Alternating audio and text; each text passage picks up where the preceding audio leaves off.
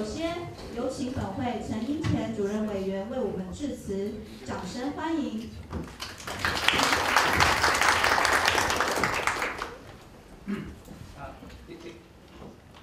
Distinguished guests, thank you. Distinguished guests, colleagues, and Ms. Kaufman, good afternoon. Today is my great honor to invite our speaker, co-president of the Global Forum on Modern Direct Democracy, Bruno Kaufman. Mr. Kaufman, who has written many papers and publications on positive citizenship and participatory democracy, is no stranger to excellence. Let me briefly introduce his various accomplishments. Mr. Kaufman is currently chairman of the Initiative and the Referendum Institute, Europe, a research fellow of the ASU's Center for Social Cohesion, a director of international cooperation at the Swiss Democracy Foundation International, a board member of Democracy International, a member of the Swedish Commission for the Democratic Reform, and is also a consultant for many national governments and non-governmental organizations, including the United Nations, the World Bank, the European Union, the Korean Democracy Foundation, and the Taiwan Foundation for Democracy. Now best known for co-chairing and co-founding the Global Forum on Modern Direct Democracy with Joe Matthew. The Global Democracy Forum is dedicated to implementing direct and new forms of participatory democracy around the world. We are also excited that the coming 2019 Global Forum on Modern Democracy will also be held in Taizhou. The topic of today's lecture is Modern Direct Democracy, the Swiss model, what Taiwan could and shouldn't learn from it. As you all know, after the amended Referendum Act was promulgated on January 3rd, 2018, the thresholds for the three stages of a referendum, the petition, collection of signatures, and adoption, have been dramatically reduced. As a result, the amendment triggered renewed interest in referendums and public issues. In the span of 2 short months, the CEC has received 10 referendum petitions. Half of them have been reviewed as compatible with legal requirements and might soon enter the signature collection stage. While optimists are celebrating the dawn of deliberate democracy, pessimists have also raised concern over the possibility of falling prey to populism. Lao Tzu once wrote, "Fortune depends on misfortune, and misfortune hides behind fortune." Who knows whether fortune or misfortune will prevail? At this moment, we are unsure whether direct and indirect democracy in Taiwan will complement or conflict with each other. Fortunately, we can learn a lot from the experiences of Switzerland, an internationally recognized model for direct democracy.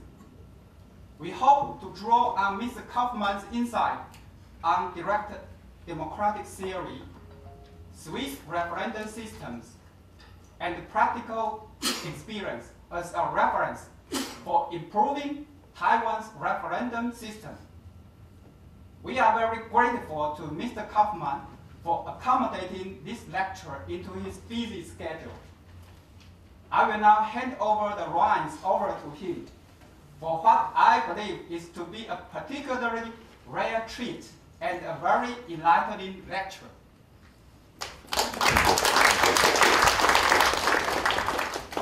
Thank you very much. Is this working? Going through? Yeah? Is this? Okay. Okay, I can use that. Thank you very, very much, Mr. Chairman. Thank you very much that you are attending today, and you know also it's possible to watch this through YouTube.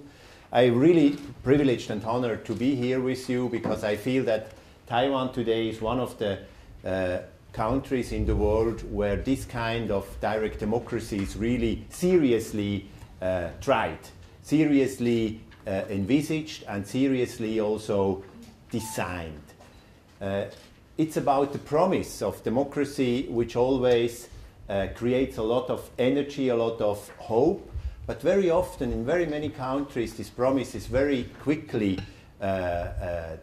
taking another side, that people are frustrated, that the promises are changed into disappointments, because the rules which should bridge the idea of democracy into the reality, they are not well done. Or in other words, those who make the rules for making democracy possible, they are not so much interested to make it possible, because very often, of course, when you are in power, you want to protect your power, not to share power with others. So having now a new law here in Taiwan is, of course, a promise. It's a promise about that the votes of you here in this country are not just counted on election day, but heard every day by certain provisions of direct democracy. And I would like today to share a little bit the experience of Switzerland. It's not a model, but it's a useful example of things you can see worked well, others worked less well. So the title of my input today is The Case of Switzerland and What Taiwan Could and Shouldn't Learn from It. I think the second part is also very important. As it has been said, I'm Director of International Cooperation at the Swiss Democracy Foundation, and again, I must say, this idea about the Swiss Democracy Foundation I got the first time 15 years ago when I was invited the first time by Michael Cow and the Taiwan Foundation for Democracy, because this idea to create an infrastructure for democracy, it's an idea and a concern I had for a long time, but here I could study, I could see how such a foundation could look like. Now, and this is in a language you may be able to read, I'm basically coming directly from a referendum, from a vote in Switzerland. We had yesterday important voting day in Switzerland. We had two national votes. We had, as the title says, one vote about the public broadcasting company. Of course, it's a little bit specific because I'm also working for them, that I was especially concerned.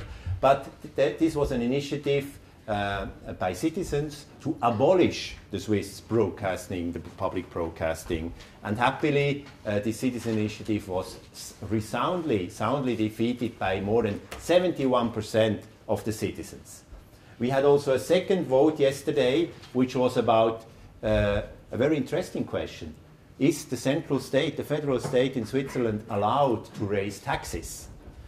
Something which may be very natural for many isn't so natural in Switzerland, because Switzerland is a federal state where the municipalities and the states are the sovereign actors, and the federal state is an agreement of these municipalities and states. So basically most people pay their taxes to their states, and then the state give money further to the federal state. But in that case now, the federal state included a new constitutional amendment, which means that the federal state is allowed for the next 15 years to raise taxes, and including VAT and also taxes for high-income owner.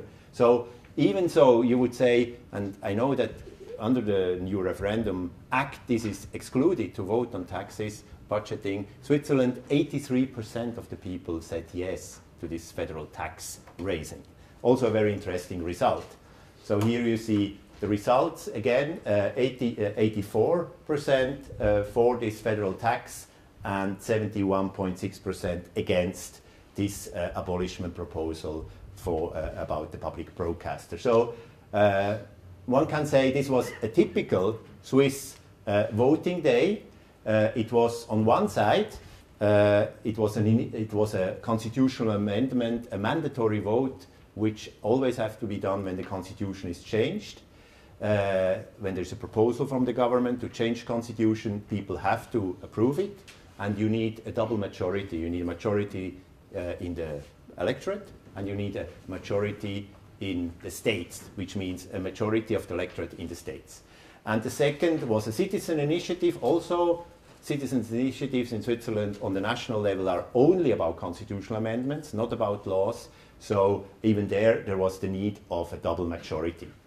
And you can see this is the number here, 23 against 0, 0 against 23. 23 states are there. In Switzerland, in fact, 26, but 6 of them are divided into 2 parts, so they have basically a half a vote.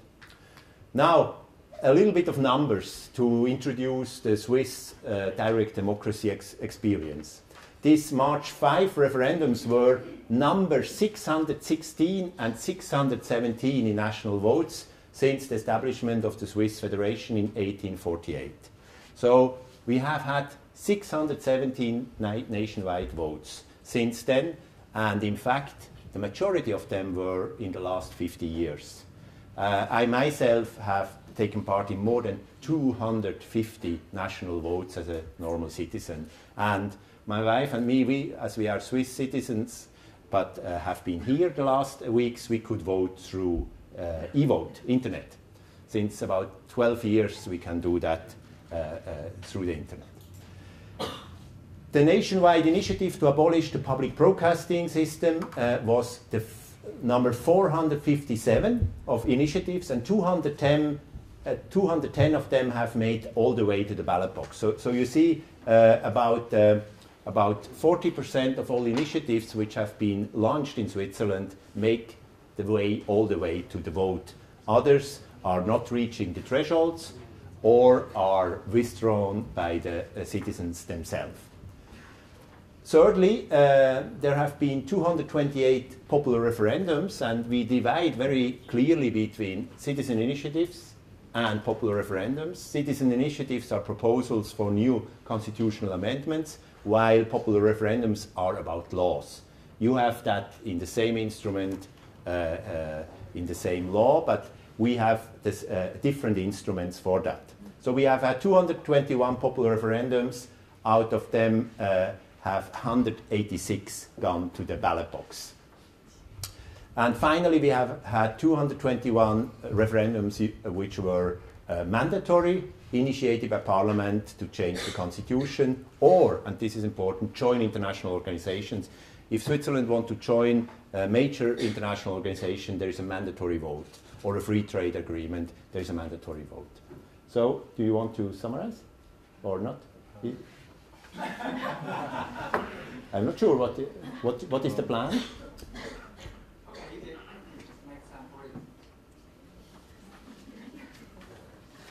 You told me that you want. Aha, it's too much already. It's a bit much. It's a little, okay, I will be. Okay, sorry. Shall I go back? Sorry. This one? This one? Sure. 在2018年3月4号，昨天有一个蛮重要的一个公投在瑞士。一个是针对他们的公共电视台的一个税金，那一个是针对他们联邦政府的一个税。不好意思，我打岔，因为这个我昨天有看过，我在 Facebook 上我简单说一下，他们昨天有2个重要的全国性的公投，一个就是他们的那个公共电视台，那因为他们是公共电视要收费，目前大概1年家户要收500多法郎，那有人提案说要废除这个公共电视费，好，那可是昨天大家看到那个70%几的选民投票是反对废除，所以他们还是这个公投没有过关。不过他们也因为这个公投也引起一些改革，所以他们预计2019年的时候，这个家户的这个公共电视费大概会降到350几块法郎。那第2个公投，这个是瑞士独一无二的。因为他们是联邦国家，所以他们每5年就要公投一次，说允不允许联邦在直接课税，还有课这个所谓的这个加值型营业税。那但是大家可以看到，刚刚他们也是压倒性的多数说赞成说，还是可以继续课税。显见的，瑞士联邦政府还是有获得这个瑞士人民的这个信任。You can go first. Okay, thank you very much, and sorry, I will take one by one. This is a very interesting table. It may be hard to see, but these are all the voting dates until 2037. So we are very optimistic in Switzerland about our democracy. We have already set the dates for all the upcoming voting dates in the next 20 years. And this is done, the one who is responsible for this calendar, he said, it's very important to know the stars, to know when the moon is up, because this has all to do with the different holidays, with the different religious days, and because there are holidays in different states at different dates. So these dates are very important to be set in an early stage. But you can also see that direct democracy as a feature of Swiss representative democracy is very integrated in the everyday political practice. That means the day after a voting day, the debate for the next voting day already starts. 这个表是蛮重要的一个表，它是它排出来后续每个公投的一个每个公投的日期它也包括说有牵涉到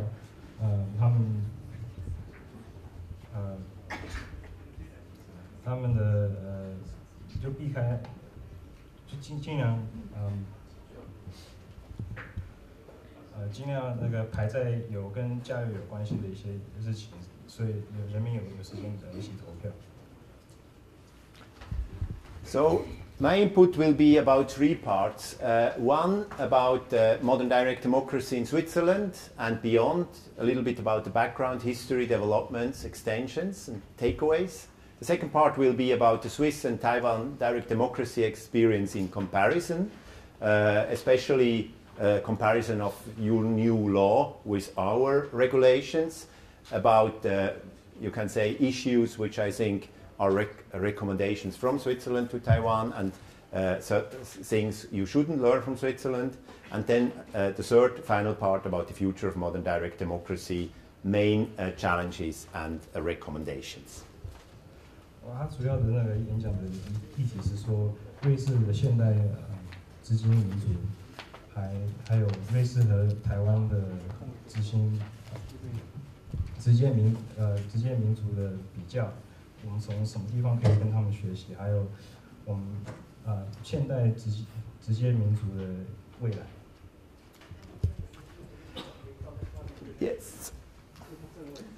This is the map of Switzerland, and you can see that it's a map full of smaller entities within Switzerland. Switzerland is, as said, it's a federal state based on the sovereignty of its states, 26 states, which have been developed on a long time. The speciality, you can say, of Switzerland in Europe is that Switzerland has never had a king or a dictator, never been united in a central state. So all the states of Switzerland joined the Swiss Confederation under several centuries, and only in 1848, after a small civil war, you can say, a very peaceful almost civil war between the Protestant and the Catholic cantons, the Swiss voted to establish Swiss federal state with a vote on a new constitution. So you can say the Swiss, in fact, didn't invent the referendum invented Switzerland. 这地图上面是表达出他自己的小邦的一些这些地方，基本上他们的因为是联邦国的，是把很多这些小邦把它连起来，然后可以一部分讲说，瑞士不是是因为公投才能连起这个联邦。One other special feature of Switzerland is its neutrality, as we discussed at the conference here in Taipei during 2 days. The Swiss neutrality is also something which has been established under a long time. It's last year, it was 500 years ago that the Swiss, the last time, were actively involved in a war outside its borders. So for 500 years, with the exemption of a small civil war, there has been a peaceful development of the Swiss political system, and this of course has created good conditions for, let's say, making good ideas on democracy from different parts of the world coming to Switzerland. And in fact the Swiss system was not a classical Swiss invention. Switzerland had a lot of assembly democracies, small, you can say, not very democratic societies, very patriarchalic societies.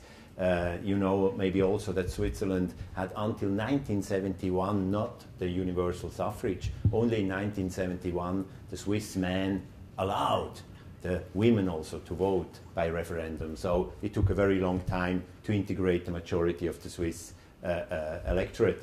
But Switzerland, step by step by its state, developed modern direct democracy. And I would say modern direct democracy is important as a notion because it's a differentiation from, you can say, traditional direct democracy, which means assembly democracy, where we have no secrecy of the vote.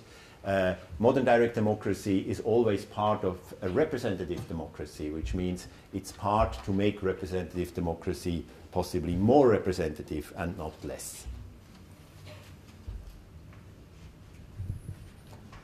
现在的直接民主，它的差别跟代表民主的差别是说，代表跟直接民主他们是一起合作的，所以一部分是要有联合，牵涉到国会里面的一些我帮补充一下啊，因为瑞士很重要的特性就是它的中立国原则。那这个他在2天前参加的会议里面也谈到，因为瑞士在这个近500年来几乎没有内战，那这个对于它就吸引各地或全世界的人到瑞士去定居，其实是有很大的帮助。那瑞士其实社会里面还是充斥着很多父权的遗绪哈，所以其实他们一直要到1971年的时候，男性才允许女性拥有全面的投票权。那但是其实他们这个像刚刚他讲到说，就是公投创造了瑞士联邦，联邦也创造了这个公投。那这个他们这个所谓的公投跟他们的所谓的代议民主其实是相辅相成的，因为他们所谓的现代的民主跟以前的民主是不一样，因为以前的那种民主是聚会的时候就大家没有什么投票秘密的，就这样。那现在的这个代议民主其实是强调这个所谓的秘密投票，那这个所谓直接民主跟这个间接民主其实是相互补充的。Swiss direct democracy is not something which has been established by the establishment of the Swiss federal state. When the Swiss federal state was established in 1848, only the mandatory constitutional referendum existed. So there were no initiatives, were no referendums by the people. Such instruments existed initially on the state level, but they had to be by democratic movements to be struggled forward on the federal state. The first 30 years of the Swiss federal state, there was only one party in government, the Liberal Party. All the other parties were not represented. So there were democratic movements, revolutions, which in 1874 created a major change of the constitution and included the introduction of the popular law referendum. And this, up to our days, is a very important check on the legislator, because it gives the citizens 50,000 within 100 days after adoption of a law in the parliament the right to put this law to a popular vote.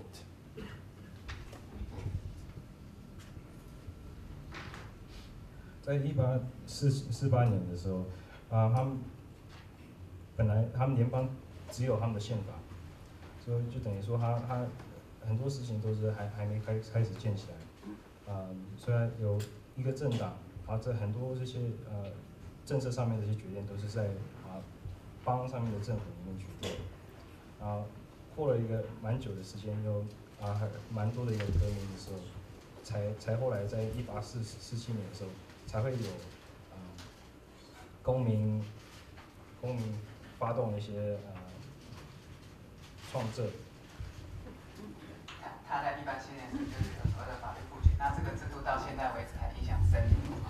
就是说，他如果法律通过之后，那么人民有100天的时间可以去发动这个法律的，那他的这个门槛就是说所谓的5万个人的联署。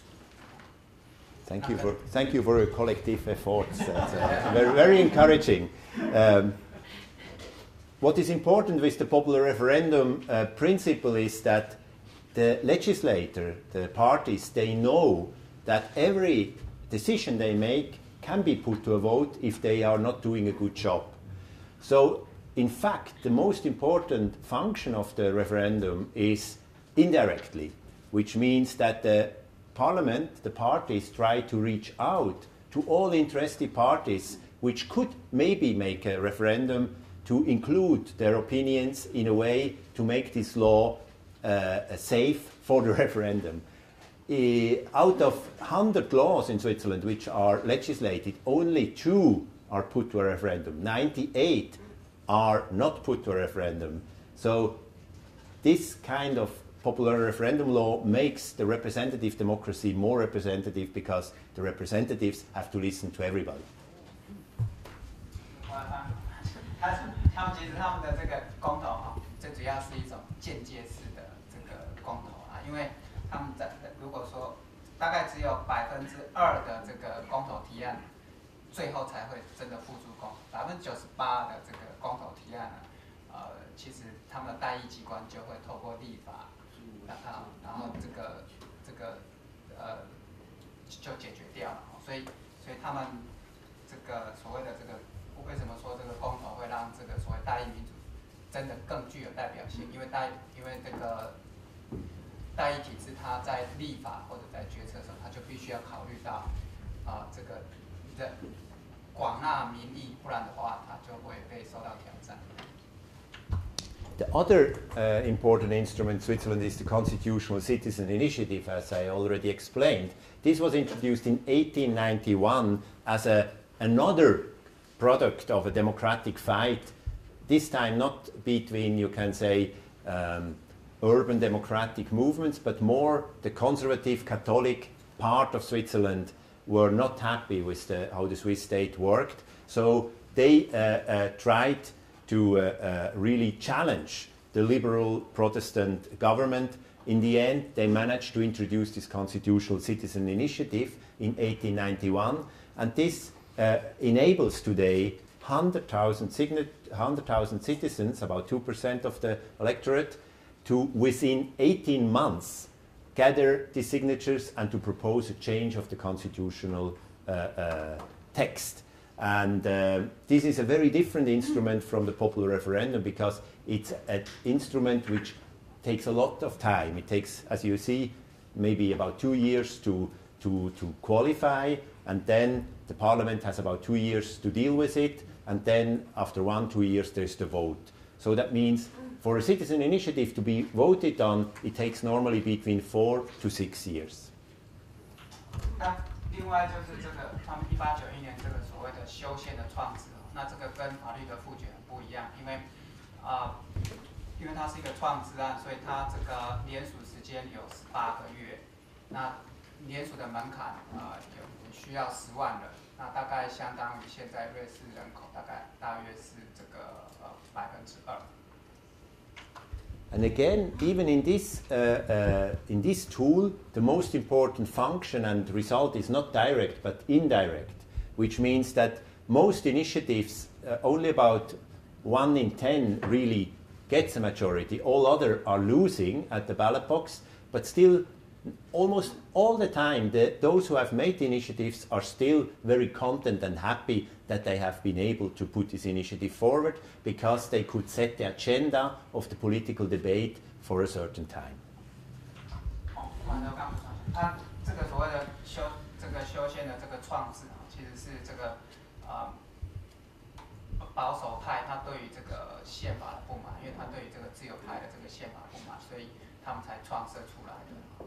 那他这个所谓的修宪的这个创制，其实主要也是一种间接的这个所谓的方式，因为大概只有1/10的提案真正会诉诸公投，那大概9/10其实也是透过这个代议体制就解决掉，因为他们已经有这个回应，所以大部分瑞士人民也对这样体制满意。A fourth important step for the development of direct democracy in Switzerland was after the First World War, when the League of Nations were established and the understanding that a nation state cannot be just alone but has to deal with international law, has to deal with international memberships.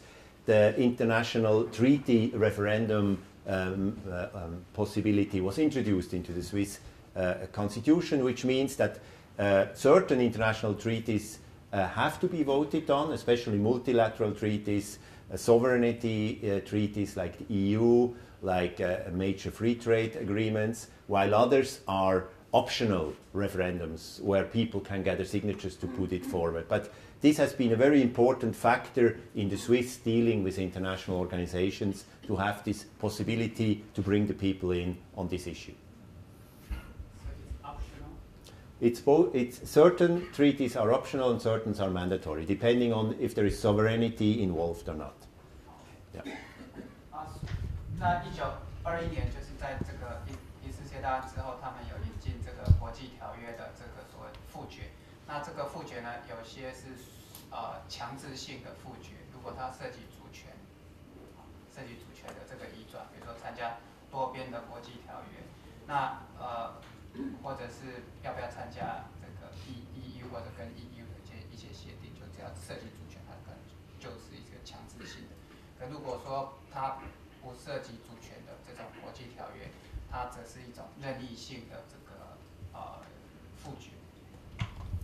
And then 1987, another important reform was made called the WES, which has to do that when you make an initiative in Switzerland, the government can come up, or the parliament can come up with a counter proposal, which means if you propose to cut down all the nuclear power plants, the government can come up and say, we want just to get rid of the half of the power plants.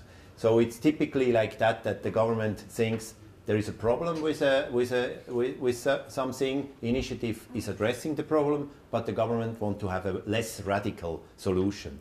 And until 1987, you could only vote for the proposal of the citizens or the government. So in fact, never ever almost proposal got a majority.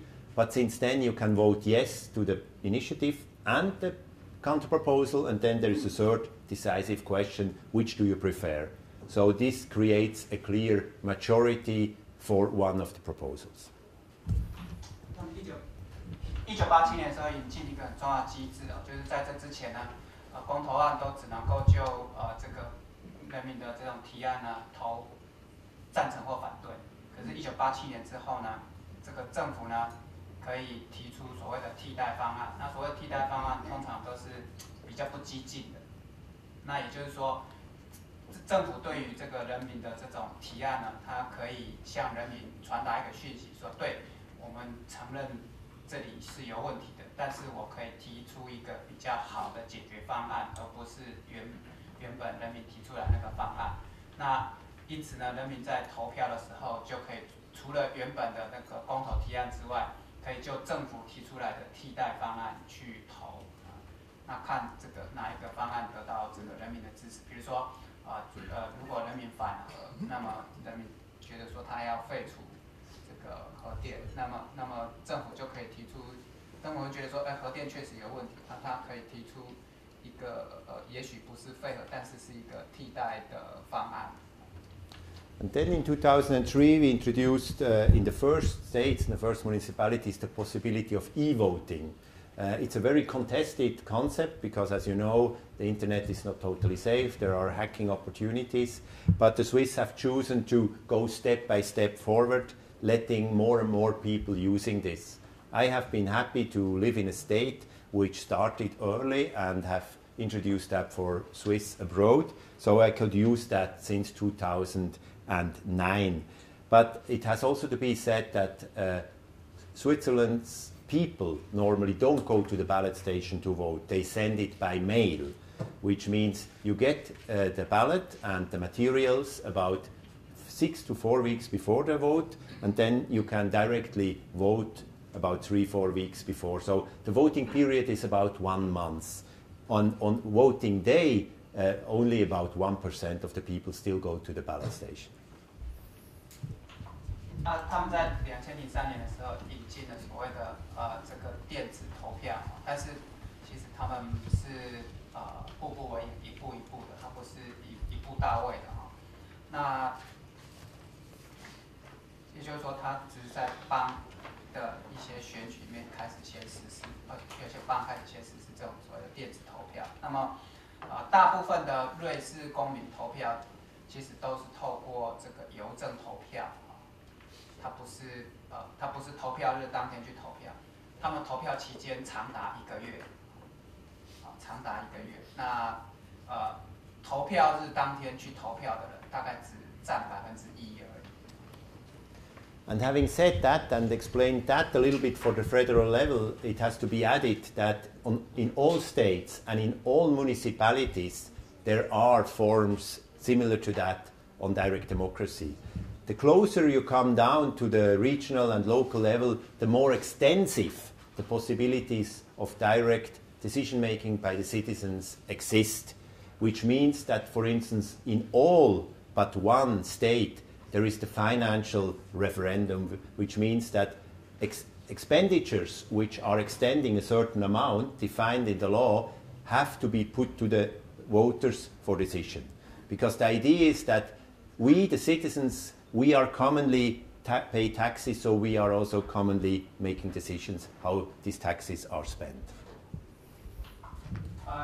瑞士还有一个很特别的，叫做这个财政布局，就在所有邦中，除了一个邦没有以外，就所有邦都有这种所谓的财政布局，因为他们认为说，既然我缴税，所以这个政府的这种财政计划，我都可以来要求要付取。So you see also that when I talk about modern direct democracy, I really mean modern direct democracy, which means a system which is going with the time, which is facing technological opportunities and challenges, and where individual citizens really as decision makers need good information and good support to conduct their responsibilities. And one of the expressions is the development of the so-called user guide for citizens. It's a booklet which is published every time before the vote, which describes the laws, which describes the arguments of the proponents, the arguments of the opponents, and also is distributed to everybody in its own national language. We have 4 national languages, which means that every law, every citizen initiative has to be translated from the very beginning into 4 languages. And this has huge implications on how clear and simple the language is. Because you have to translate that into 4 languages in a very equal way, and it has to be understandable by everybody, this includes efforts to make the language easy and understandable, and we have a special unit at the federal state level which helps initiators to make these kind of formulations, and which helps even legislators to make formulations, because every law can be put to a vote. 瑞士为了帮助这个人民投票，所以他们都有像他这个看到这种投票手册。所以任何的公投提案一定要翻成4种语言，因为它瑞士有4个官方语言。那这个4种官方语言呢，一定要简单清楚，而且易于明了哦。那他们甚至于在联邦呢，设有特别的这个机关哦，帮助人民去写这个公投的这个提案，让这个提案能够让人民用4种语言，可以是简单、清楚、明了的这个了解，那也帮助这个立法者去撰写这个法律的条文。Let me now briefly make the international global argument around direct democracy before we entering the comparative aspect of Taiwan, Switzerland. Internationally, you can say that popular votes on issues, especially on constitutional issues, is a very extensive used practice. Almost all countries, but a few, about 85% of all countries worldwide, have had a popular vote on an issue, you can say a referendum, in the last 30 years. 全世界大概85%的国家都有这种公民投票，在过去的30年当中，有进行过这种所谓的公民投票。But of course, many of these votes are not referendums triggered by the law or triggered by initiated by the citizens, but by the government. So they can be called plebiscites. And plebiscites are a very problematic feature of direct democracy because plebiscite is an instrument for those in power to consolidate their power, not necessarily to create a big debate and to empower citizens. 当然，这些所谓的公民投票不见得都是由人民发起的哈，因为如果有一些所谓的公民投票是由这个政府机关所发起的，那政府机关所发起的这个公民投票呢，他们称作叫做所谓的 plebiscite。那 plebiscite 在瑞士他们的公民投票的理解里面是很有问题的，因为这个都是有权有势掌权者，他为了巩固他的权力地位所发起的。You need just to have a little view on this map, which is the map where citizen initiatives are used on the national or regional state level, and this is mainly Europe and Northern America, in some form Uruguay, Latin America, and then Philippines and Taiwan. There are not so many countries where the principles of direct democracy really has been enshrined by a proper regulation on initiatives and referendums.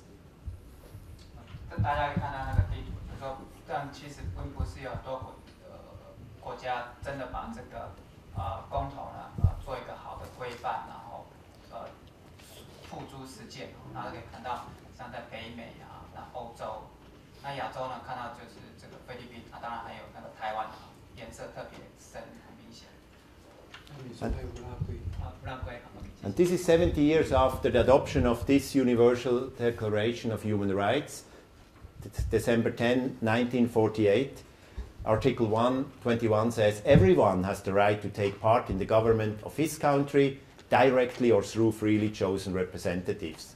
So in fact, the principles of representative and direct democracy are enshrined in our Universal Declaration of Human Rights, but in many, many countries, this right hasn't been, even in steps, been introduced.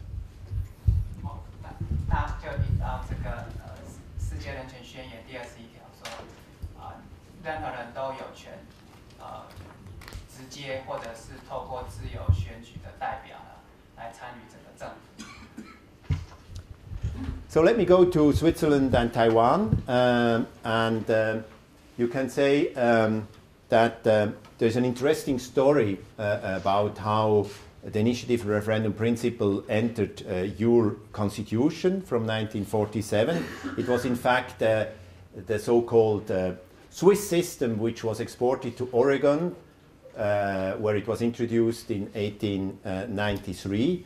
And people from China who were in Hawaii, they got to know about this Oregon system, which was the Swiss system, and put it in the first Chinese constitution, 1912, and in that way traveled to Taiwan. So, of course, we all know that the implementation of these principles were not done before 2003, but in a way I found it interesting to see how the idea of initiative referendum traveled into your current constitution. Now, my Taiwan referendum experience, I would say it's reasonably comprehensive. I have followed all your referendums here, in fact, and I also observed the first valid referendum in Pango Island in 2009. I have been honored to be as an advisor at the Taiwan Foundation for Democracy to also discuss the possibility of creating think tanks in Taiwan and in Asia around these issues. And through the Global Forum on Modern Direct Democracy, we have been in touch very much. So I feel that I had the possibility to follow a little bit, which also gives me some, let's say, base for doing a comparison. 说到瑞士跟台湾的渊源先说这个瑞士的直接民主呢，输出到这个美国的 Oregon， 那 Oregon 呢影响到了美国夏威夷，那有一个中国人，有一个夏威夷的中国人呢，就把这个美国的这个直接民主呢带到中国去，那写进了中国的宪法，那这个宪法就变成我们现在的宪法。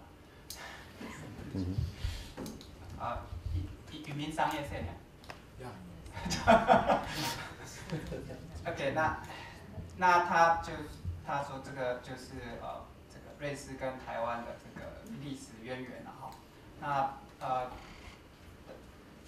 当然他说他对这个台湾的这个公投呢，都其实是高度的关注，而且是全程参与哦，长久以来，那他也甚至还去参观过这个观察过这个澎湖的这个博弈公投哈。然后呢，他也这个担任这个台湾民主基金会的这个顾问，然后也在全亚洲呢巡回参与这个亚洲的这个直接民主。那当然，他现在就是发起这个全球的这个直接民主论坛。So let me go through briefly your referendum law and do some comparisons with the Swiss experience or the Swiss laws. Chapter 1 of your referendum law, Article 1 to 6, define the general principles, what can be voted on, what can't be voted on. Of course, it's interesting for a Swiss to see that many different forms of initiatives and referendums are enabled, which means not just legal texts, but also just principles and important policies. Additionally, of course, you have major exclusions like financial matters, salaries, budgets, you cannot address with direct democracy. And also in these principles, the role of the Election Commission as a competent authority is defined. Now, as I have said, in Switzerland, there are just 3 types of votes on the national level, and all of them are about legal texts. So we cannot make an initiative or a referendum about a general policy or a principle. We have always to formulate a new legal text. Is it on the state level, you can also do legal initiatives, but otherwise constitutional amendments, and you otherwise make a referendum about an existing text. So it's yes to no, always to a legal text.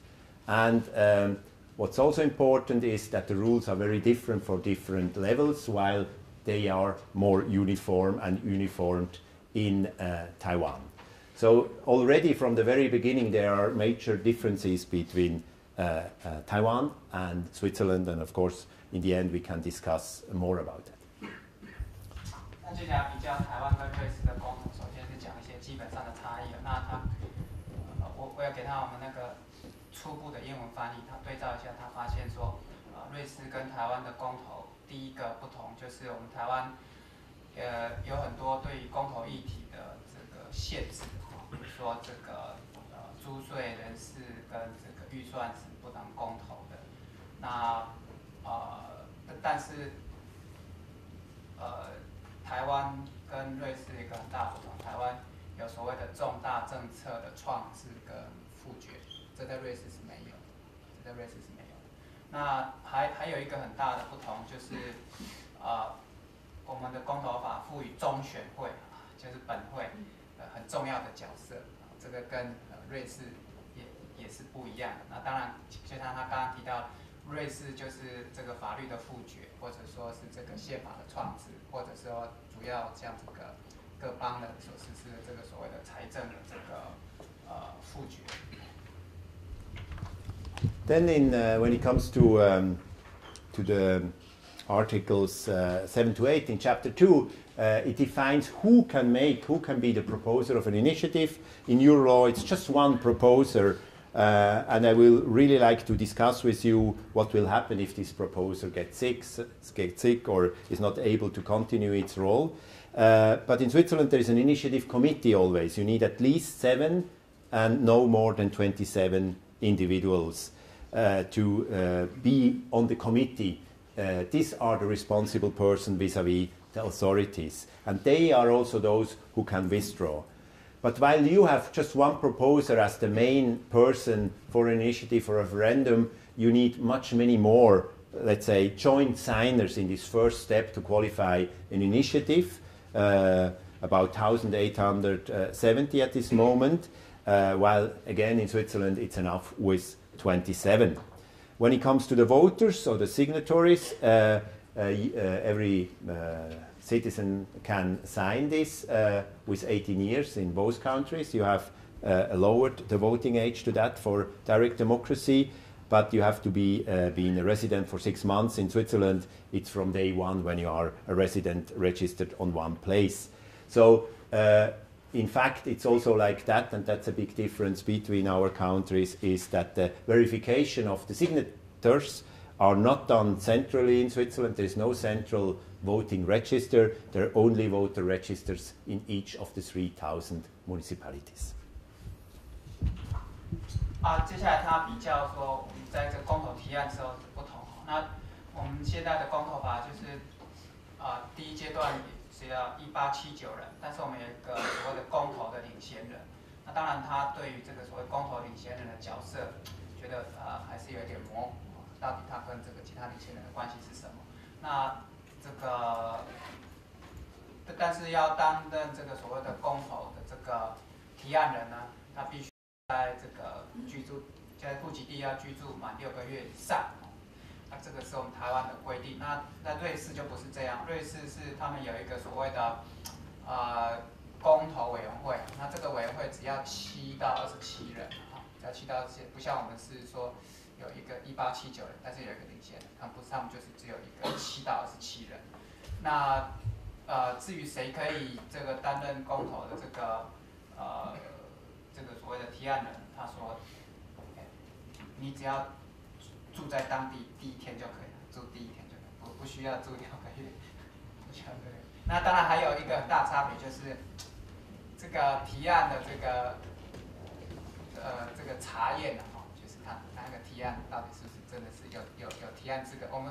当然我们的规定说18岁以上就有提案资格。那我们的查验都是由我们中选会来查验。当然我们现在是会这个委托看我们各地几个选委会来查。以前是我们分散到各地去查，以前我们是分散到各地的选委会去查，现在是我们就自己决定看找哪一个方便的选委会来查验，这样就解决掉。但在瑞士不是瑞士他们是各邦各地就自己他们没有一个像我们这样中选会这样一个机关。Yes, when it comes then to the form of the proposal and the requirements for signatories and the limitations of what you can propose, in a way, there are very many similarities between Taiwan and Switzerland. As you have to propose a title, Switzerland a legal text, here a title and a text explanatory in Switzerland in 4 languages. When it comes to signature requirements, the difference is that you have an ID number to be given. Switzerland doesn't require that.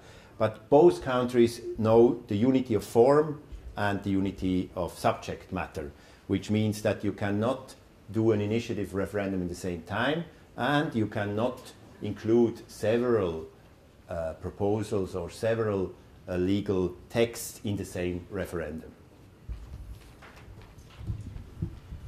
再来它比较哈，就是当然瑞士跟台湾都很类似哈，就是我们提案我们有这个所谓的提案的这个主文跟理由哈。那不过我们台湾最特别的地方就是在这个所谓提案的时候呢，必须要写身份证字号。那他们是没有身份证字号，那当然他们也要签名，我们是要签名，他住址。不过他讲到的这个瑞士，他们刚刚讲过，所有的这个提案都要翻成这种4种语言那还有瑞士跟台湾的基本上的要求也有一些相似的地方，就是不管是在提案的形式上的一致性跟事实上，所谓事实上一致性，就是我们公投法所规定的所谓的这个一案一事项原则这个瑞士也是有这样要求。The most important, the most interesting phase, of course, of every initiative is the phase when you gather signatures. In a way, your second phase. In Switzerland, the phase when you gather the necessary amount of signatures.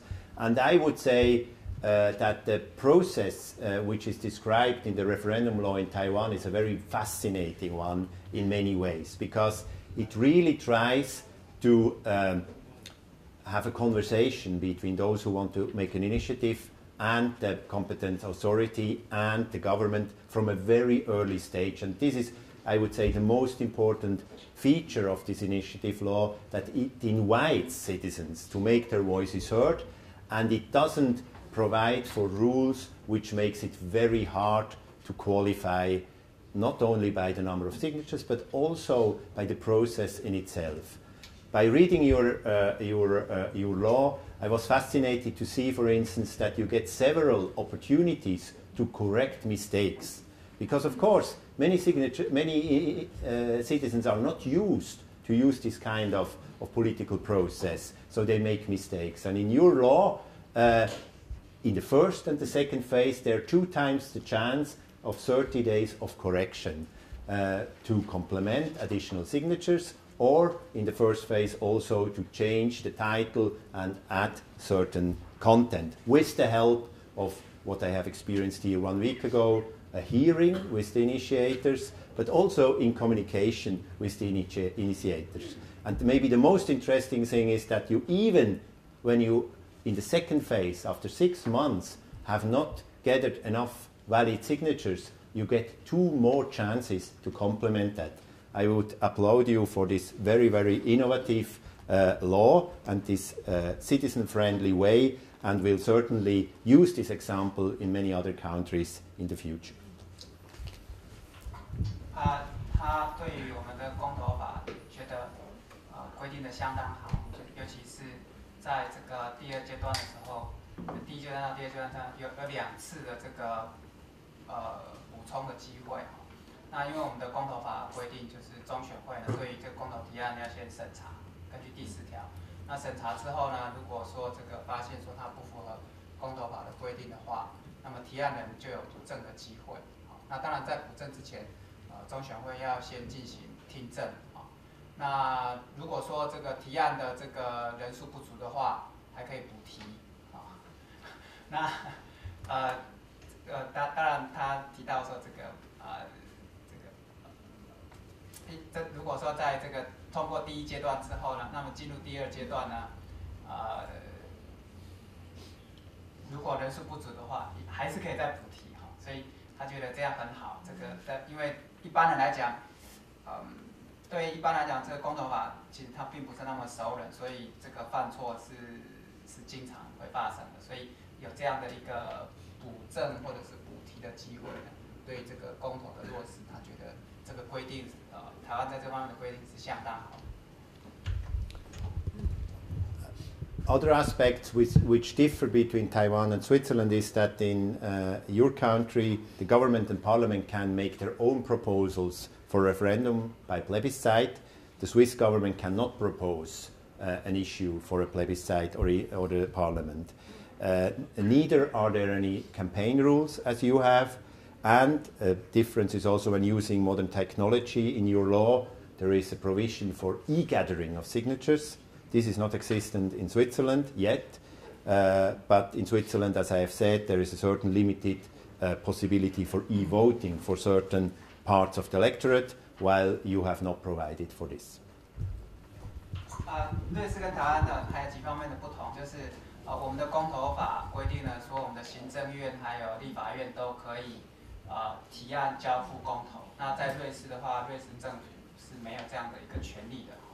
那另外就是我们的公投法有规定这个所谓的这个公投的时候可以这个接受这个捐款那在瑞士这方并没有规定他等一下会提到这个瑞士这方面还是很不透明的。那另外呢，台湾跟瑞士很大的不同就是瑞士虽然说已经有局部的所谓电子投票，但是他们并没有电子联署。那我们的公投法是有规定电子联署。When it then comes to the result of the referendum, of the vote, you have the approval quorum. I mean, you change from the very prohibitive, undemocratic turnout quorum to a much more democratic approval quorum. Why is it more democratic? Because the turnout quorum was in a way invitation to boycott, to not taking part. It gave the award to those who didn't participate, while an approval quorum of 25% does not encourage this kind of strategies. Those who are against need really to participate in order, because they cannot be sure, even if only 30% of the voters participate, if 90% of those are voting yes, the approval quorum will be reached. So you have a quorum which safeguards certain, let's say, fears about minorities making decisions, while not, as I said, inviting to this negative behavior. Then a second difference is that you have a blackout phase, which means that after a decision made in a referendum, you cannot raise the same issue for the next 2 years. These kind of regulations we don't have. It's very often, for instance, the losers of the vote yesterday about the public broadcasting, they said in a week they want to start the next initiative. They're welcome to do that. 再来就是我们的这个公投的这个通过的门槛，就是所谓的我们从过去的这个投票门槛改为这种同意门槛。他觉得这个是比较正向的，因为他觉得采取所谓的这个投票门槛是不利于这个民主的，因为它也会制造一种负面的诱因就是鼓励反对者就是抵制不投票，因为它是用一种所谓的投票门槛来规定的，那会诱使这个投票行为就是采取一种抵制的做法。那如果是同意门槛就不一样，因为同意门槛的话是比较积极正面的，反正你只要同意的人出来投票，达到这个门槛，尤其那门槛降低之后呢，这样是比较有利于这个所谓的这个所谓的对话。那台湾的这个公投法有一个规定，就是一旦公投通过之后，就有2年的禁制期啦，就2年之内就不能够再对同一个议题再进行这个所谓的公民投票或者是修改那在瑞士是没有这样的规定，所以如果公投完之后，还有人要就相同的议题要发起公投，他说很欢迎。Yes, and finally, the panel provisions, disputes, of course, not always implementation and conduct is as fair as it should be. What is fascinating, of course, to me is the very long price list you have in your law, which defines different kind of fines for different kinds of let's say, illegal acts. In Switzerland, there is no special law in the referendum law. It's just a general penal law, which indicates that if you are doing something about the election or the referendum, it's a very heavy punishment, mostly prison, while you have a lot of fees. When it comes to financial rules for the campaign, Switzerland has no such financial rules. and there are several levels of appeal in both countries. 他发现我们台湾很大这种公投法33条，有很多很细的条文都是在规定违反的时候要怎么样处罚缓啊。那他们没有这样的规定，那他们只是规定在刑法的部分对于这种违反的行为，那并没有特别像我们这样有公投法的这个处罚的规定。那还有就是我们公投法里面还规定，对于这种所谓的这个公投的这个政治现金的这个来源，这个募款还有哪些禁止来源，我们有很详细的规定。那瑞士本身是并没有。So a few things I feel that Taiwan could learn from Switzerland. It's in the Swiss laws and regulations around direct democracy, there is a lot of legal clarity, which means the rules, applications, and the language is very clear. It's made, of course, based on experience over a very long time to avoid any misunderstandings, interpretations by the authorities, and also for the language of the laws applied, so the people really can understand to what they vote yes or no, and this is also important when it comes to the implementation of these citizen decisions. 他觉得台湾可以从瑞士学，第一个就是他们的这个规则是很清楚的而且是简单、清楚、明了，那不会造成这个误解。那这样的话，当然这个是经过长年的这个实践所累积起来。Second thing is the supportive infrastructure for citizens, which includes clear contact points in all municipalities, all states, the federal level, where you really can get help and assistance when you want to make an initiative. These people in the authorities, they know that if they don't do a good job, they will get a lot of criticism. So they have learned to be to the service of the citizens, and also the information policies applied by the authorities is very much consequence of a long practice. So, for instance, the user guide is a very trustful publication, which, according to research, about 70 to 80% of the voters use as the primary source of information. 那第二个很重要的就是他们这个人民呢，这个要可以接近的这种公投的资讯相当的这个充足。那政府机关不管联邦或邦的这个层次呢，也都提供了相当的这个有用的帮助。因为这些官员很清楚如果他们做不好，就会受到严厉的这个批评。那当然这个是经过长年以来这个实践的结果。那尤其他说这个，我们刚刚看到那个所谓的选举这个投票的手册他说这个根据调查，大概是投票人70%到80%的主要资讯的来源。And the third maybe takeaway from Switzerland to Taiwan is really the resilience in application, which means you need to really see how this practice now evolves, to be involved in this practice and to do the best, in a way to learn by doing it and not rush into early result or final ideas about if the direct democracy works in this country. You will certainly need several years now of hard practice, of sometimes very maybe a failing practice to find out in which way can you use this new reformed referendum law in the best way, and also before trying to reform it already again, because there is always a risk that the rules in itself are politicized too quickly and they can never be used properly. So I really would like to see, and I hope you can do that, to do now, after so many years of debate about the referendum law, to use it as good citizens and good authorities. 第二个，他觉得说，我们应该有耐心，因为就是说这个边做边学，边学边做。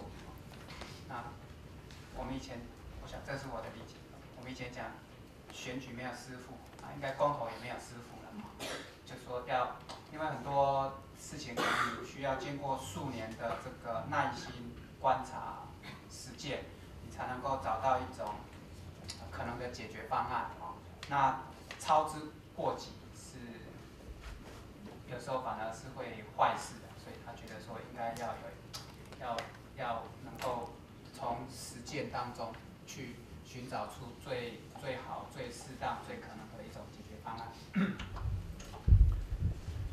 What Taiwan shouldn't learn from Switzerland, I think, are three main things. The lack of financial transparency has been a traditional consequence of the Swiss secrecy laws around finances, and it has been a big problem recently for our direct democracy because very powerful financial interests have started to heavily invest into the use of direct democracy, and it's even if you assume that this money is behind, you can have no right to know exactly. And I already have seen that you have a very different tradition for that out of your experience and do apply comprehensive financial transparency laws. 再下来他讲的是说，我们不应该学瑞士的，就是第一个就是他们的这个整个公投这个财务不够透明。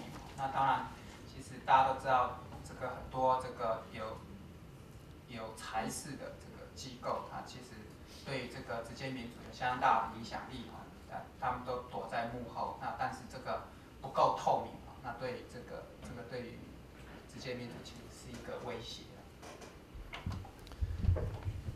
A second big issue is civic education for direct democracy. In school we learn a lot about many different things, but normally not about how to be a good citizen and to be a good direct democratic citizen. And the old idea in Switzerland was that you would get that through your family, through your friends, and through practice. And this is, of course, true in many ways, but it also increases the number of those who are not participating, who are not prepared.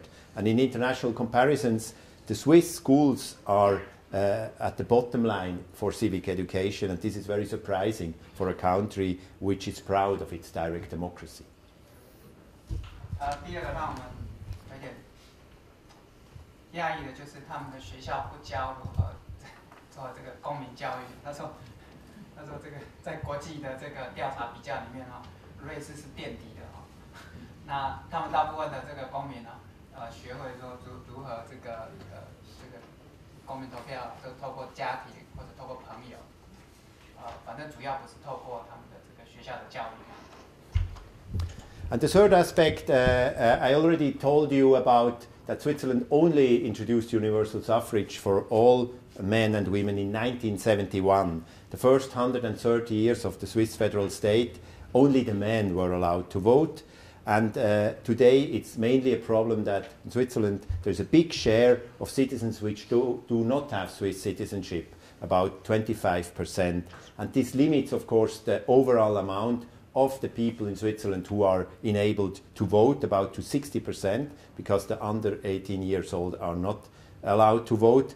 And this, of course, limits also the idea of direct democracy. So I would recommend to look into possibilities to really include voters of different kinds, backgrounds, ages, a little bit more than we have done in Switzerland until now. 第三个，他觉得不应该学，就是这个瑞士的这个投票权受到限制。刚刚他提到说，一直要到1971年的时候呢，瑞士的这个女性才拥有这个投票权。那还有就是这个瑞士的这个大概住在瑞士上25%，大概1/4的人其实都不是他们的公民，那他们也没有这个投票权。那另外就是这个18岁以下的人呢，也没有投票权。那他觉得这个对于投票权的限制呢，他觉得这个是有所不足的。So let me, because time is short now, let me briefly go into the third aspect of the future of modern direct democracy very shortly, and I will take several slides at one point, because we now have a situation where some skepticism about modern democracy has evolved, and it's especially, of course, about the traditional nation-state-based indirect democracy we have seen as the dominant factor, where a few are ruling and the many are just observing.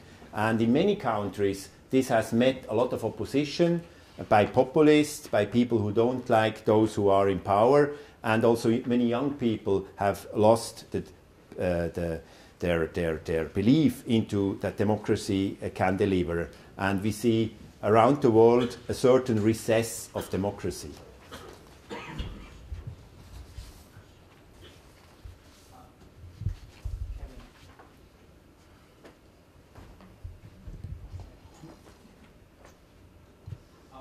Just about the argument about the recess of democracy. Yeah. Yeah.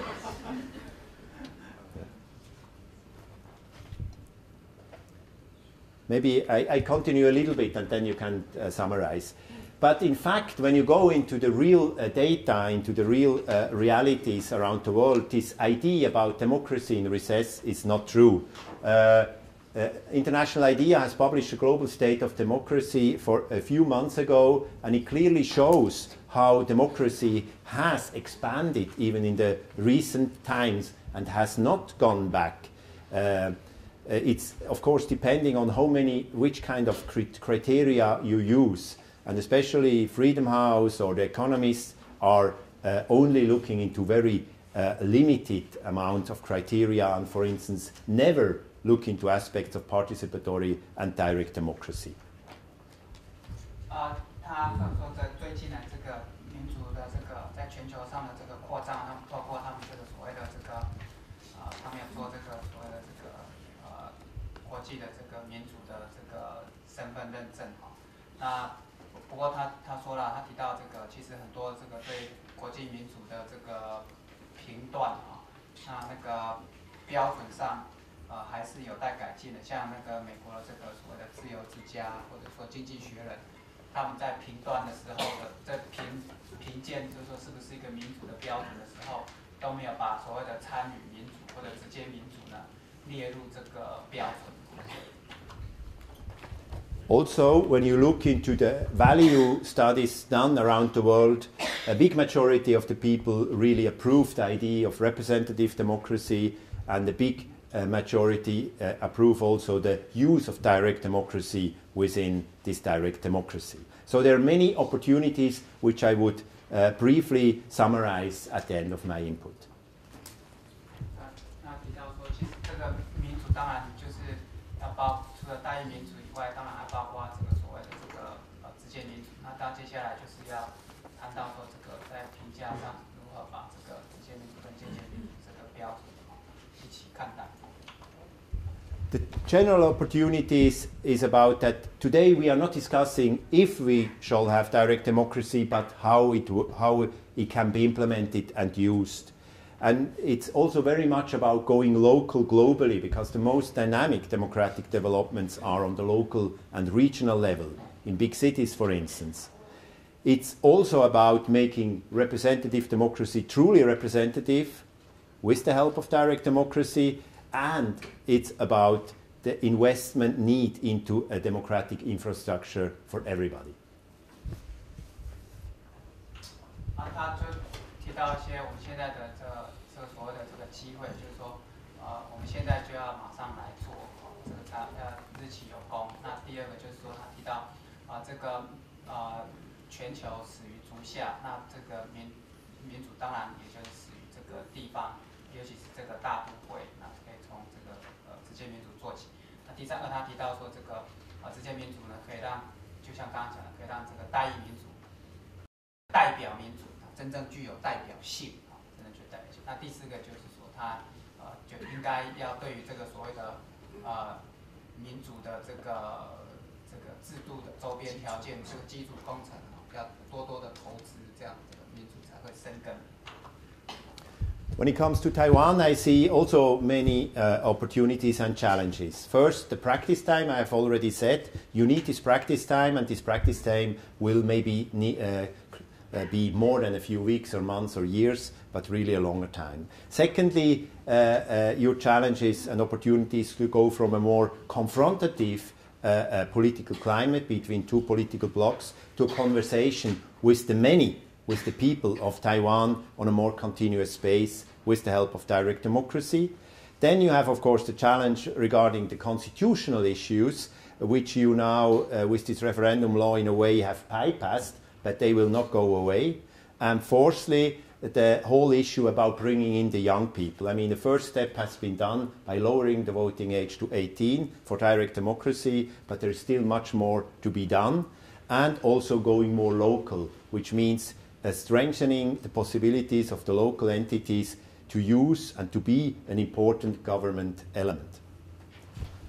他对于台湾的4点建议啊，第一个就是说，刚刚提到的这个直接民主需要时间啊，不是1天、1个月或1年啊，它可能是需要长久的日积月累、日期有功的去实践、去改进。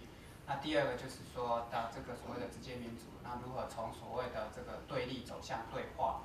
那么我们必须在这个过程当中学习倾听，然后让不同的声音能够呈现出来，然后互相学习。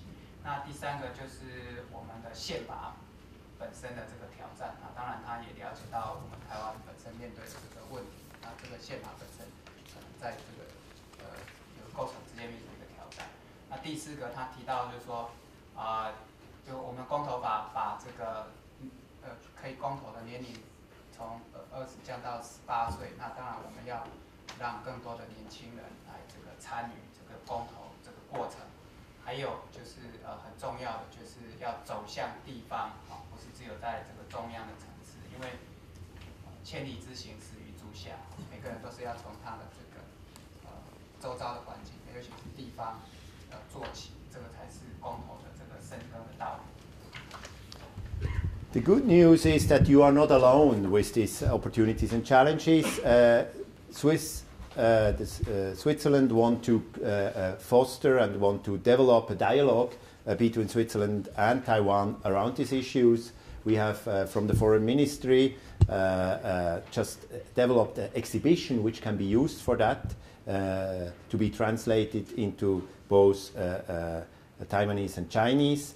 And we have also a platform of the public broadcasting company on direct democracy, also in Chinese. We want to develop it also more into a Taiwanese community page. And finally, we are organizing briefing tours to Switzerland and from Switzerland to Taiwan to bring experts, to bring practitioners together. 他说幸运的是这个公投不孤必有邻那这个瑞士的朋友不惜远道而来跟我们这个交换这种经验他相信这个透过他们也提供很多有用的这个讯息，可以互相交流，包括他们有中文的网页那么大家可以去参酌。那他本身呢也一直在这个组织这个所谓的交流的这个团体包括这个专家的团体，那么他们过来我们过去，那么这种互相的学习。And there is not only Switzerland, there is also a global community supporting this kind of dialogue. We will next year have the 8th Global Forum on Modern Direct Democracy in Taichung, with Taichung City as a host. The Global Forum will take place in October, between October 2nd and 5th, and all relevant partners, NGOs are invited to join this Global Forum. We have developed a Global Passport, a little guide to direct democracy, which will be translated also into Chinese and Taiwanese. We are creating a Facebook community page with all relevant links in several languages. And also there is a new master opportunity from the UN University for administrators and managers of direct democracy online available. 他说这个当然我们台湾也有这个积极的参与就是这个明年10月2号这个第8届这个全球民主论坛会移师台中举行。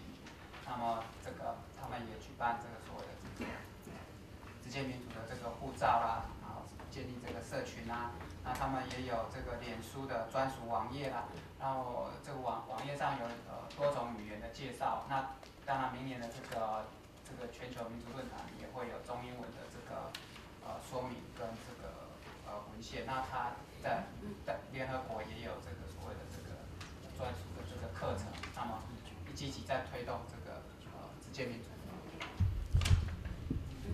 So my concluding remarks, message is Taiwan has adopted one of the best referendum laws worldwide. Now it's time to learn, maybe sometimes by failing. Additional legal and constitutional reforms needs time, even if they at some point will be necessary. And I would really encourage you to not hesitate to ask for support and assistance whenever you feel it's appropriate. 他最后的这个建议就是台湾的公投法是世界上最好的之一了。那当然，这个过程当中，就刚刚讲，就是必须要在边做边学。那当中也许挫折难免甚至有些失败，但是不用灰心了那当我们谈到说我们既求这个所谓的法律或者是宪政的改革，这需要时间要有耐心。那如果当我们遇到挫折或困顿的时候呢，不必灰心，可以寻求协助或者说是这个提供建言，这是他以上的这个建议。Thank you. Thank you very, very much.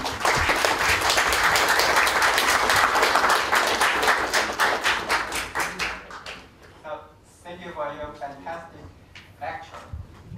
We still have 10 minutes, okay? Or 20 minutes? 20. 20, okay. Sorry, yes, to rush to the airport. So we still have 20 minutes open to the audience. Okay. Thank you, Bruno. Actually, my question leads from one of your commentary. My question is actually directed at the chairman. Mr. Kaufman pointed out the issue of having one proposer to lead a referendum, and what if somebody gets sick?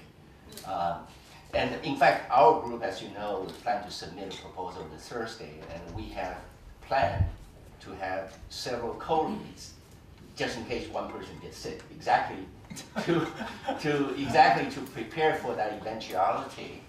And is that something, from your perspective, acceptable for the Commission to have several people serve as co-leads for proposing a referendum? I can answer this question simply. Each proposal can appoint his own legal representative. If the proposal is sick, his representative is not sick, he can represent the proposal legally. It's quite easy. Right. I read also in newspapers there are other groups publicly announced. They have maybe 2, maybe even 3 co-leads, the joint leads, 共同领衔人. Is that something that you would accept in principle? I have to consider this issue in the Commission, because in the law it is provided only the proposal, but you know that the Chinese word is very, very imprecise.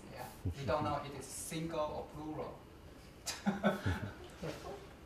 In English or in German, we know it's single or plural, but in Chinese, we don't know.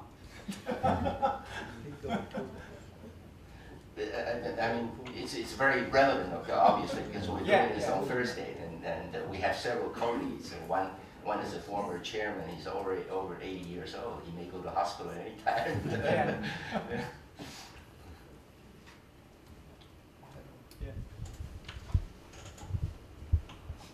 Thank you. Thank you. I think we made before in Sweden with Christopher Puma, with you, and in Sweden. Can you remember? Do you remember a couple of years ago we made in Sweden?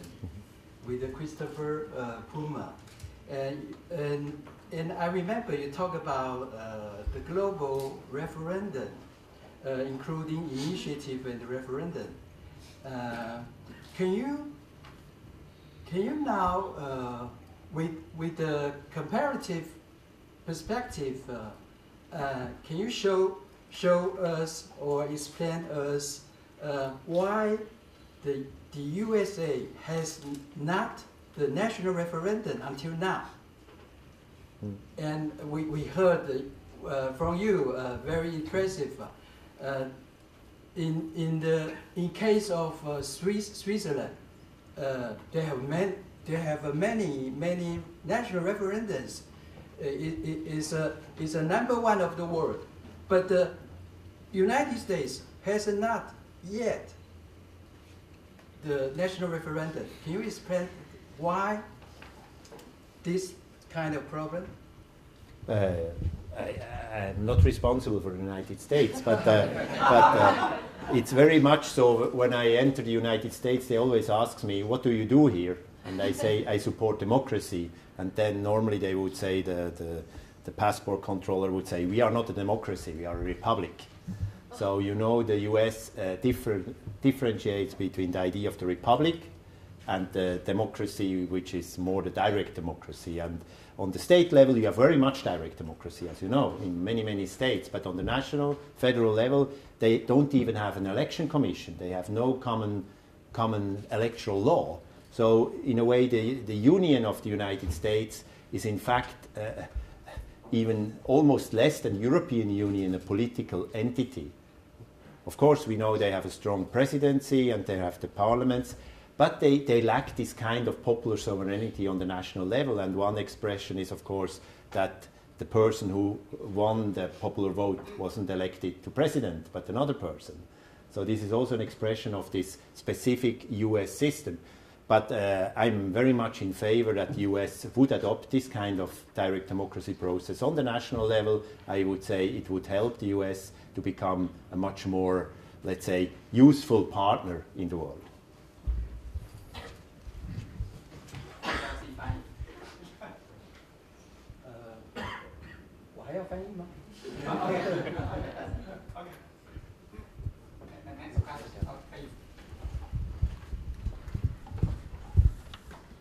Thank you very much. Welcome to Taiwan, Bruno. I'm Echo Lin. Used to be with Dr. Gao at TFD. Yes, one question is about vote by mail. That it seems it started very early in Switzerland.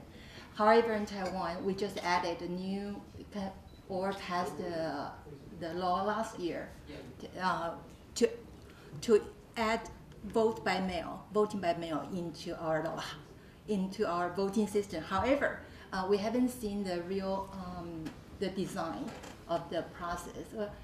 I don't know. This question probably would be for you and also for chair. So what are your recommendations for Taiwan to design the regulations or rules to have a chapter just to allow people to vote by mail? Because it's been very hectic for all Taiwanese citizens whenever there are votes, elections, or even referendum or plebiscite, because it's only one day and everyone out of town has to go back to his or her hometown. So, and because I haven't seen any details about CC 中选会's what's your design for the vote by mail.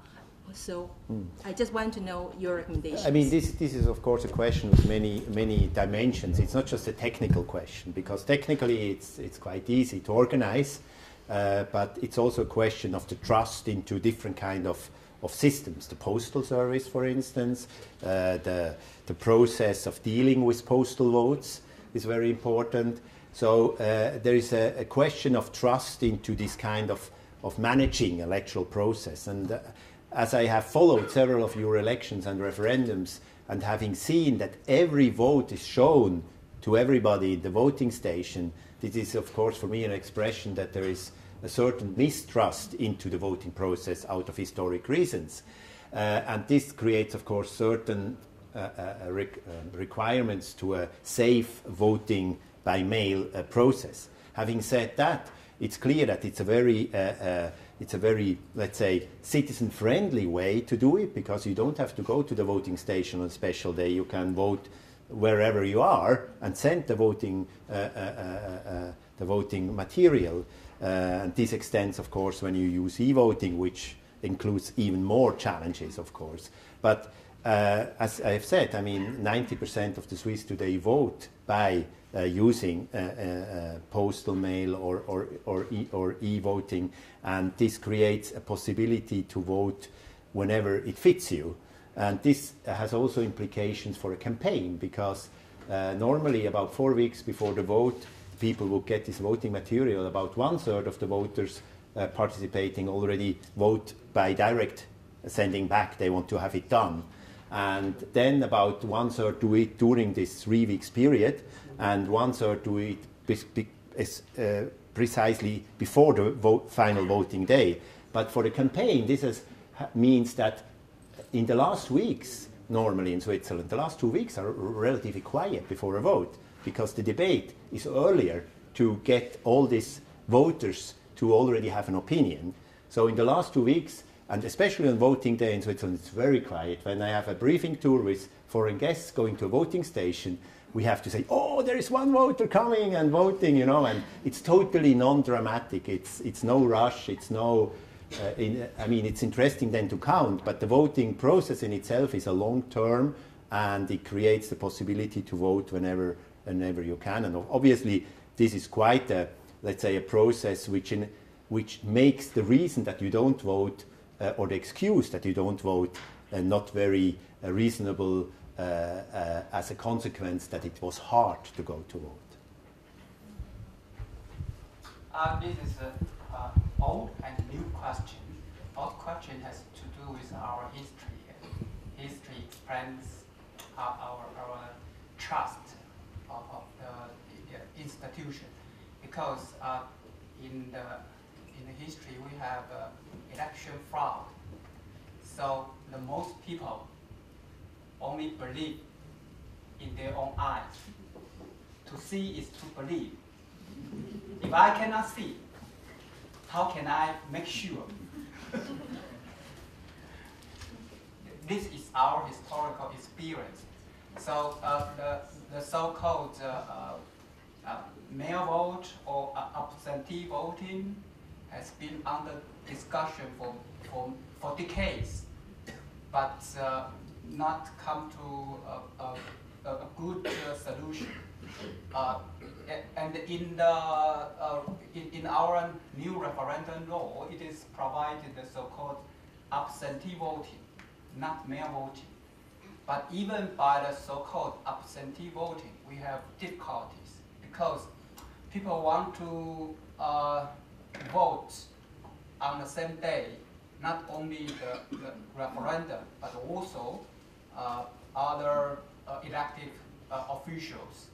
But that would cause great difficulty for our commission, because we cannot count in time all the votes before the end of the election day. But people would be impatient to see the result. And the new challenge comes from the hacker. If you want to use the electronic voting, you have to face the international hacker. Even the Americans have great problems with the hackers. So we've just seen that by the last presidential election, people say that the international hacker has hacked the American election data. Some people were even indicted by the prosecutors. And so now in America, they have a very hot discussion whether electronic voting is safe, and some experts even come to the conclusion paper vote is better than electronic vote. No joking, yeah? By the last election in Virginia, they abandoned their voting machine and come back to the paper voting. And as far as I know, in the Swiss, there is also discussion how to make sure that the electronic voting is safe. Yeah? Some congressmen has even proposed, in order to test the safety of the electronic voting, they proposed that the Swiss government to put 1 million franc premium for hackers. Whoever can hack into the electronic system twice, he can get 1 million franc. But I think no government dare to accept this challenge, because no system is 100% safe. So I say that this is an old and a new question. No, so sorry, I just want to know the direction. What's the direction for the government to come up with for this absentee voting? Either it's if not e-voting, whether it's by postal office and also is there like a timetable? Because I know it's we have considered to introduce the so-called absentee voting, but as said, it is easy to conduct an absentee voting by separate vote of referendum. But if the referendum would be held on the same day with other major elections, there would be big questions. Yes, I think the problem is we really have to leave at 20 past, and maybe we want to say bye-bye to you. So our flight is at 6:20, so just that you know. And so it's really a challenge now to start discussion. So basically, maybe one more question to me, if there is anything. Yeah. Somebody wasn't. Yeah.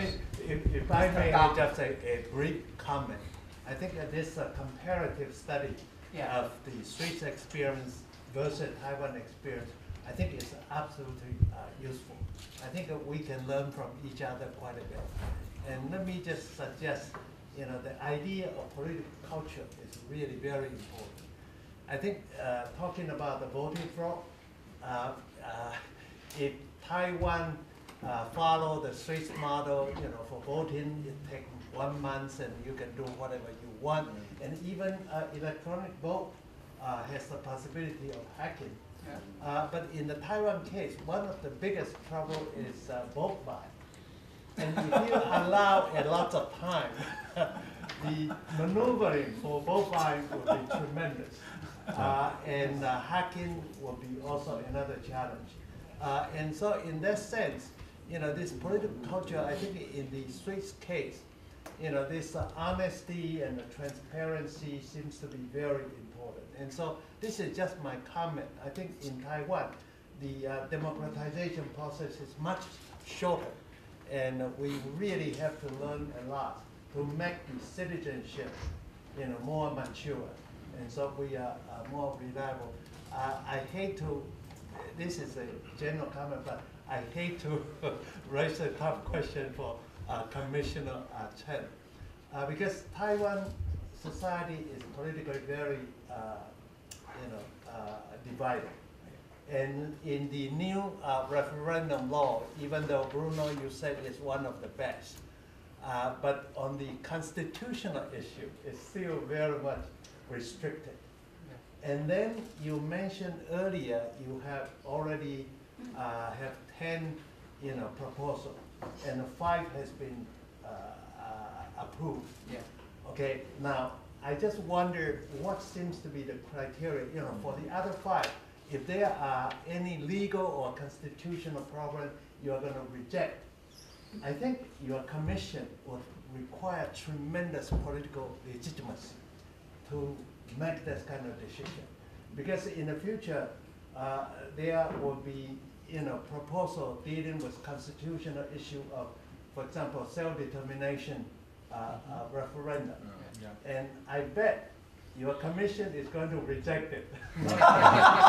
I allow you to continue the debate without me.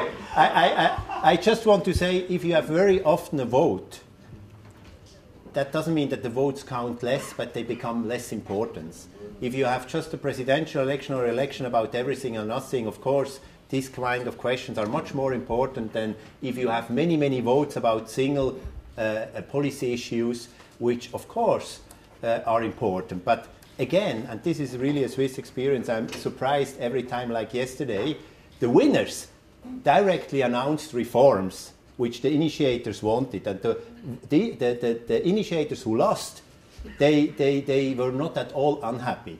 And this is, in a way, this experience of a democracy which creates happy losers. That's, for me, a very good, let's say, hope for Taiwan. So I hope that you, everybody, can become really happy losers. Thank you very much. Thank you for everybody. I have to thank you for Mr. Kaufman once again. Let us with warmest applause. Thank you very much.